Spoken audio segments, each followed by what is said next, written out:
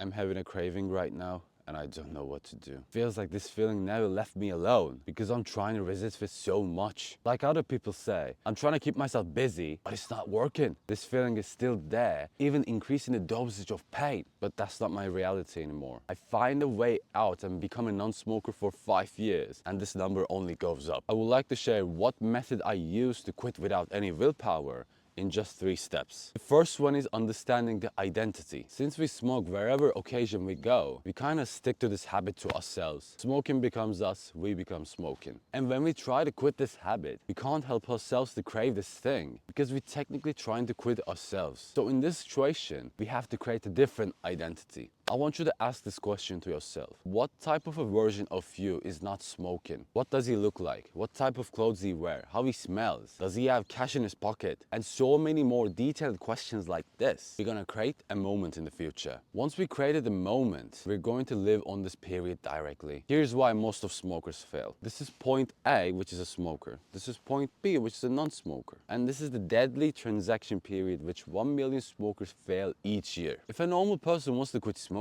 he has to start from the point A, then this transaction period, then maybe he reaches the point B, but it's less likely to happen. So what if we directly start from point B and strive towards the point C? What I mean by this is, why don't we start our lives like a non-smoker and strive forward to become a better non-smoker? To make this example much more concrete, I'm going to ask the questions that I told you to myself, and we're going to do this exercise together. Non-smoker me has so much confidence because he knows he's not doing something wrong. He smells good. He saves $1,000 every month. People don't make that weird faces towards to him, and he wears nice fitting clothes on his body so he could flex the muscles he has. That was the character I created before even I quitted smoking, and start to progress towards it. That was the future image I created to myself so I could become this person immediately and strive for a better non-smoker to be. If a normal smoker wants to quit, usually they're gonna fail because they don't have any image to hold on. But in this method, since we become a non-smoker, we have an image to hold on. We're gonna handle cravings like a child's play. And when it comes to quitting smoking,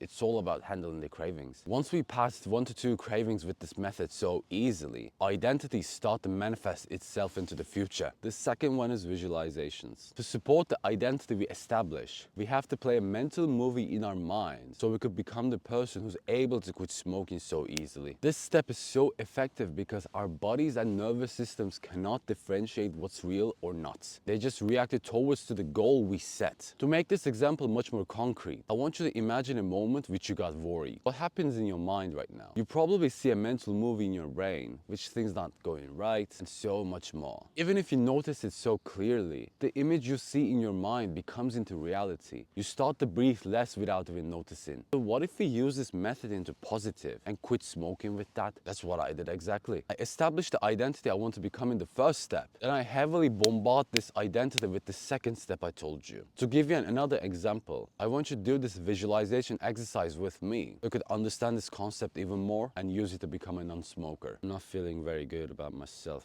because I crave cigarettes. Feels like this feeling never left me alone, but I know it's gonna change. This craving feeling doesn't have any differentiate than the cloudy weather. I know it's not very pleasant to be in, but tomorrow the weather will be sunny. As a non-smoker, I know my craving's gonna pass because it's nothing more than an illusion. Open your eyes, please. If you do this exercise with me and play the mental movie in your mind, you're gonna feel so confident about yourself because you become that guy who could handle cravings like a child's play. I did this exercise that told you 10 minutes a day before I get out from the bed and go to sleep. I especially choose those 2 time periods because it's much more easier to affect our nervous system and brain. Our body recently started to function at this point so it could handle the new thoughts we're going to adopt much more better. The third one is affirmations. If you implement the 2 steps I give you so far, you're gonna notice that you will feel confident about the situation. But to make it on full potential, we have to use the power of words. I want you to imagine a moment which you say something about yourself, a bad thing. It could be my bad or I'm stupid, but the outcome is the same. You say something bad to yourself, you really believe in it, and it manifests itself to the outer source. Then your body starts to react towards it. So what if we use this method in the positive thinking and add fuel into the fire to become a non-smoker? That's what I did exactly. I established special mantras such as I'm a non-smoker, I don't smoke, and so many more, which has resonated with the character I established in the first step. I use these mantras as much as possible because it's easy to say, and when a dangerous situation happens, I'm gonna use them anyway. If a person offers me a smoke, I'm going to say thanks, I don't smoke anyway. So it's better to train for this moment and build the non-smoker identity before this occasion happens. I use those mantras 10 times an hour, and I said those sentences out loud and with all of the confidence I got. At the end of the session, I always ask to myself, who am I? I did this step to solidify the identity I got, and once I do that, I feel reassured about myself even more. Then when another session come to go, I already become this person because of the sentences I use. So whatever situation I face against, I was well prepared because I become that non-smoker already. Whether a friend of mine gives a cigarette or I find myself in a sad situation, I'm never gonna smoke because I'm a non-smoker and non-smokers doesn't smoke. If you implement the 3 steps I told you in this video, I could guarantee that you're never gonna smoke. And if you feel any craving in this journey, I want you to keep this in mind that 2 identities you got start to clash. So you better support the non-smoker identity of yourself with these 3 steps I give you and start to live your life like you always deserve. So if you want to start your journey right now, there's a link in the description where we launch weekly coaching calls and so many courses to educate ourselves and become the non-smoker like we always deserve. This is I too, and I know you're gonna make it.